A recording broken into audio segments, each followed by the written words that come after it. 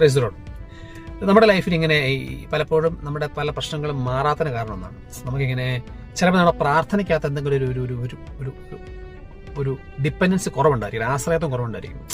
പല വിഷയങ്ങളും മാറാതെ കിടക്കുന്നതിന്റെ പിന്നിലുള്ള കാര്യമാണ് ചില ബോധ്യങ്ങളായിരിക്കും. നമുക്കിങ്ങനെ പ്രാർത്ഥിക്കുന്ന സമയത്ത് ഒരുമിച്ച് സ്തുതിക്കാൻ പറ്റാറുണ്ടോ? സ്തുതിക്കുന്നതിനകത്തൊരു നാണക്കേടുണ്ടോ? സ്തുതിപ്പ് ഭയങ്കര അഭിഷേകമുള്ള കാര്യമാണ്.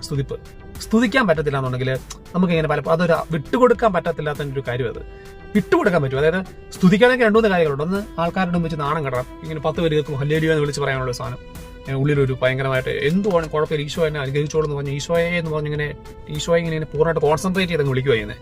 അപ്പൊ അതിലൂടെ അങ്ങനെ നമ്മുടെ ശരീരം, നമ്മുടെ കയ്യ്, നമ്മുടെ കാല്, നമ്മുടെ നാണക്കേട് ഇതെല്ലാം കൂടെ കർത്താവിലേക്ക് അങ്ങ് അർപ്പിച്ച് കഴിയുമ്പോഴേക്കും ഈ കൃപ എങ്ങനെ നമ്മളിലേക്ക് ഇങ്ങനെ ഓട്ടോമാറ്റിക്കലി ഫ്ലോ ചെയ്യും, അങ്ങ് ഒഴുകുക ചെയ്യുന്നത്. അപ്പം അങ്ങനെ വിട്ടുകൊടുക്കുമ്പം അത്ഭുതങ്ങൾ സംഭവിക്കും, മാറ്റങ്ങളുണ്ടാവും, ബന്ധനങ്ങൾ വിട്ടുമാറും, വിശുദ്ധി കൈവരും. പിന്നെ ഇത് ചുമ്മാ ആരോ ഉണ്ടാക്കിയൊരു പദമൊന്നുമല്ല. ഹല്ലേലൂയ ആരോ ഉണ്ടാക്കിയൊരു കാര്യമൊന്നുമല്ല. വെളിപാട് 19:6 പറയുന്ന കാര്യമുണ്ട്. പിന്നെ വലിയ ജനക്കൂട്ടത്തിന്റെയും പെരുവെള്ളത്തിന്റെയും ഗംഭീരമായ ഇടിമുഴക്കത്തിന്റെയും ശബ്ദം പോലെയുള്ള ഒരു സ്വരം ഞാൻ കേട്ടു, ഹല്ലേലൂയ. സ്വർഗത്തിൽ ഒരു വലിയ ശബ്ദം കേൾക്കുവാണ്, വലിയ ഇടിമുഴക്കം പോലുള്ള ശബ്ദം കേൾക്കുവാണ്, ഹല്ലേലൂയ. സ്വർഗത്തിൽ ഈ മാലാഖമാർ ഒരുമിച്ച് ഇങ്ങനെ ഹല്ലേലൂയ എന്ന് പറഞ്ഞുകൊണ്ടിരിക്കുക. ആ ശബ്ദമാണ് നമ്മൾ ഭൂമിയിൽ ഏറ്റു പറയുന്നത്. ഈ ശബ്ദത്തിന് ഈശോ പോലും അറിയാതെ കർത്താവിന് കൃപകളും ഒഴുകുക ചെയ്യുന്നത്.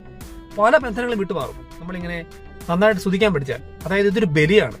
ഹെബ്രായ 13:15 പറയുന്ന കാര്യമുണ്ട്, അവനിലൂടെ നമുക്ക് എല്ലായ്പ്പോഴും ദൈവത്തിന് സ്തുതിയുടെ ബലി, അവന്റെ നാമത്തെ ഏറ്റുപറയുന്ന അധരങ്ങളുടെ ഫലങ്ങൾ അർപ്പിക്കാം. ദൈവത്തിന് സ്തുതിയുടെ ബലി, അധരങ്ങളുടെ ഫലങ്ങൾ അർപ്പിക്കാം. ഇതൊരു ബലിയാണ്.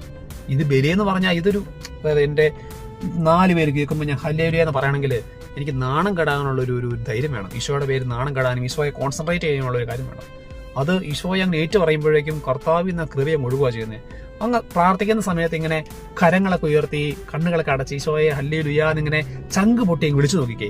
ചങ്ക് പൊട്ടി അങ്ങ് വിളിക്കുക. ഈശോ പറയുന്നൊരു വചനമില്ലേ, തന്നോട് ചോദിക്കുന്നവർക്ക് എത്രയധികമായി അവിടുന്ന് പരിശുദ്ധാത്മ നൽകുകയില്ല.